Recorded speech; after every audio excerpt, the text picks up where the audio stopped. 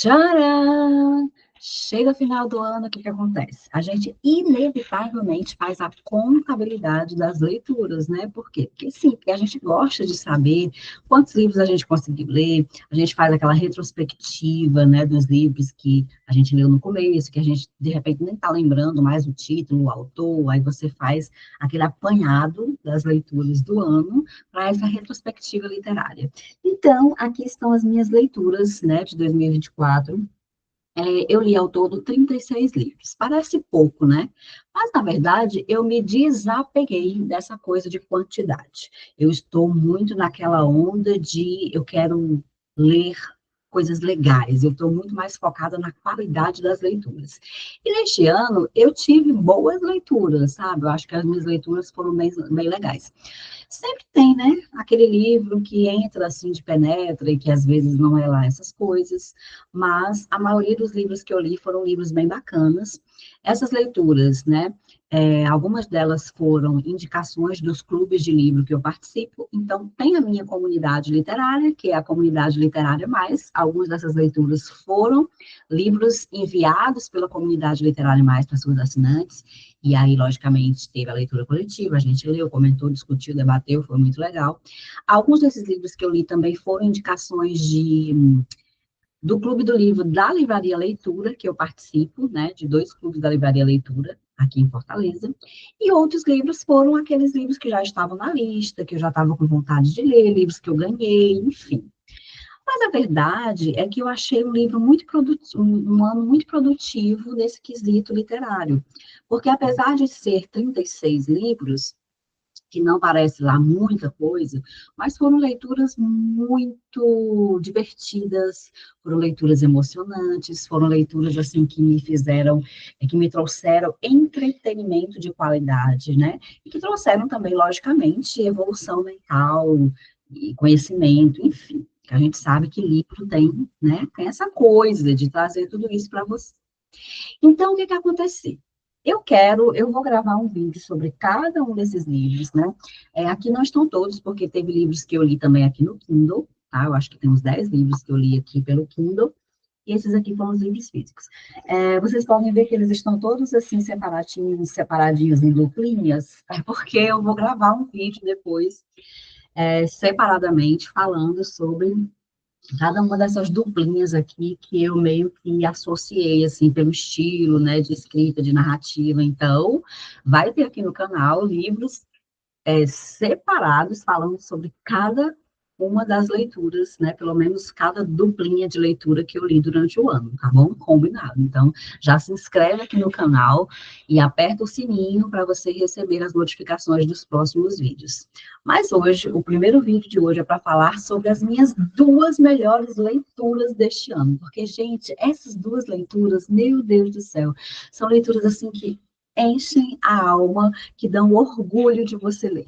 E, coincidentemente, esses 2 livros que eu vou mostrar para vocês aqui agora, eles são livros que eles são livros que eu li no o primeiro livro que eu li no ano, e o outro é o último livro que eu li no ano. Olha que coincidência legal, né? Um eu li em janeiro, o outro eu li em dezembro. E foram as 2 melhores leituras do ano.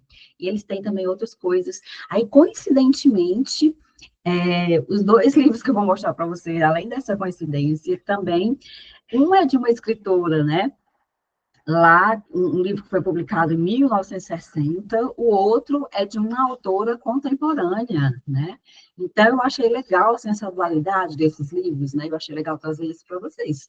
Então, eu estou falando de quem, gente? Vocês têm mais ou menos ideia de quem eu estou falando? Quais são os meus 2 livros preferidos? Olha só, quero apresentar para vocês as 2 leituras que, meu Deus, aqueceram o meu coração, me fizeram chorar, me fizeram ter revolta, me fizeram ter raiva, me fizeram ter pena. Essas 2 leituras são aquele tipo de leitura que eu disse, a gente precisa de mais livros assim, sabe? Porque para mim o livro bom, ele é exatamente este livro que faz você ter raiva, que faz você se revoltar, esse livro que faz você chorar, que faz você rir, que faz você se encantar, que faz você se emocionar. Se o livro consegue fazer isso, Aí o livro realmente é bom. E esses dois livros, eles conseguiram fazer isso comigo, gente, vocês não têm noção. Agora eu vou falar aqui rapidamente sobre cada um deles. O Sol é para Todos. Ah, este livro, gente, da autora Harper Lee. É, esse livro, ele é um livro que traz temas, assim, bem profundos, né? Ele fala especialmente sobre racismo, sobre preconceito. Ele conta a história de uma família, né? Uma família que é constituída pelo pai e por duas crianças, que é a Scout e o Jen. E o Atticus, né, que é o pai dessa família, ele é um advogado. E o Atticus, ele vai enfrentar muito preconceito de uma cidade inteira, né, de muitas pessoas, porque ele vai defender um negro que está sendo acusado de estupro, de estuprar uma jovem branca. E essa história, gente, ela é assim, nossa. Agora, o legal, o que me encantou nesse livro, eu acho que é porque a narrativa toda, ela é contada pela Scout, que é uma criança. Então, a história, ela é toda narrada pela visão de uma criança.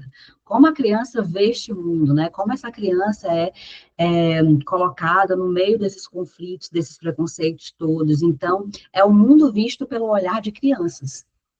Isso, eu acho que deixou a narrativa que, ao mesmo tempo, né, ela traz ali diversos temas profundos, mas ela consegue trazer uma leveza por conta disso, porque é uma criança que está narrando, e é muito legal, assim, tem uns diálogos que são muito legais, né, entre a Scout, o irmão dela, que é o Jen, e o outro amigo deles também, que faz esse trio de crianças, né, então, tem assim, uns diálogos entre as crianças, né, que são muito bacanas, assim, muito divertidos. O Atticus, ele é um personagem encantador. Eu me apaixonei pelo Atticus, o pai dessas crianças, porque, apesar da história, né, ser uma história que se passa lá na década de 40, 50, por aí, se eu não me engano, é, ele é um cara muito moderno, sabe? Assim, ele tem uns pensamentos revolucionários. A maneira como ele cria, né, os filhos, especialmente a Scout, que é uma menina e ela tem uma tia muito chata, né? E as mulheres da época, né, são todas presas àqueles padrões, os padrões de etiqueta, os padrões de vestimenta, os padrões de uma série de coisas. E esse pai, ele consegue criar essa filha com uma liberdade, né? Ele consegue motivar essa menina a ser autêntica, a ser quem ela é, a não abrir mão, né, do que ela gosta de fazer e tal. Então, esse livro, para mim, ele vai estar na lista dos meus preferidos eternamente, forever, porque ele é um livro encantador. Tem alguns momentos, assim, de tensão, né, que é quando realmente o julgamento acontece, então tem muitas coisas tristes, né, e tal, mas é, assim, uma realidade que é retratada, porque a gente sabe que o mundo em que a gente vive é esse mundo, ainda de racismo, ainda de preconceitos diversos, né, mas o livro, ele traz essas discussões, sabe, todas essas discussões de racismos, de diversos tipos de preconceito, especialmente os preconceitos é, femininos, né? Mas ele traz isso de uma forma leve, bonita, porque são essas crianças que estão narrando essa história, especialmente a Scout, que é a narradora, né? Então, é pelo olhar de uma criança que a gente vê o mundo, sabe? E tem umas coisas tão legais nesse livro, tem a história de um vizinho, né, que eles têm, que tem todo um mistério em volta, assim. Então, O Sol é para Todos, realmente foi uma das leituras mais incríveis que eu fiz neste ano, gente, sério. E eu recomendo demais que vocês leiam esse livro. E achei legal, porque depois que eu li o livro, eu fui pesquisar algumas coisas, né, sobre o livro. E aí eu descobri que a história, ela é meio autobiográfica, né, porque a Harper, que é a autora, ela se inspirou na sua própria infância, né, ela vivia ali no Alabama, e, inclusive, o personagem Atticus, que é o pai, né, no livro, ele foi baseado também no pai dela, né? Então, eu achei isso, assim, muito legal. Ele era um advogado também e tal, então, é meio que autobiográfico, né?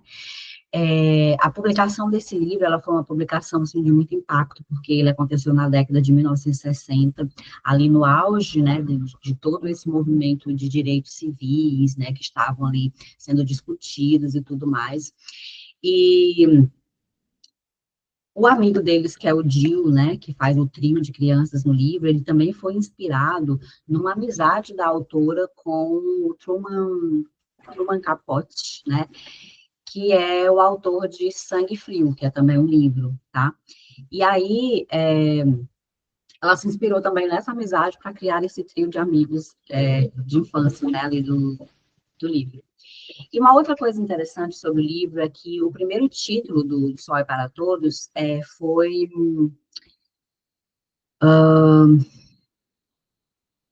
Ai, não tô encontrando aqui agora nas minhas anotações, peraí. Bom, mas enfim, após a publicação de O Sol é para Todos, a Harper ela lançou um outro livro, né, que tem como título Vá, Coloque um Vigia. Esse livro foi publicado em 2015, mas ele não teve a mesma repercussão, né, o mesmo sucesso de O Sol é para Todos. O Sol é para Todos, ele realmente se tornou um clássico, né, uma referência na literatura, e achei aqui, ó, o título original é To Kill a Mockingbird, Matar um Roxinol. Minha pronúncia de inglês, péssima, né? Péssima, vamos combinar. Mas que simboliza a inocência destruída pela injustiça, né? E essa metáfora, inclusive, ela citada pelo Atticus na história, tá?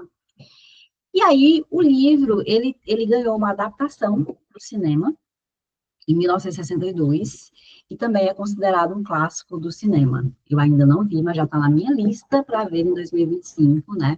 O filme, O Sol é para Todos, também. E esse filme, esse livro, ele também ganhou um prêmio. Deixa eu ver se eu acho aqui o nome do prêmio. Não vou achar, mas ele tem bem aqui.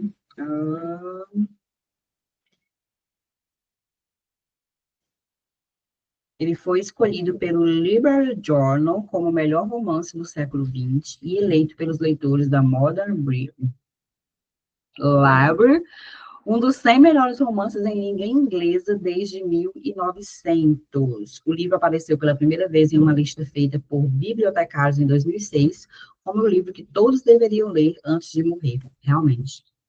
Todo mundo precisa ler esse livro antes de morrer, sério. Sério, fica aqui a dica. Então, leiam este livro, porque ele é incrível, incrível, incrível, incrível.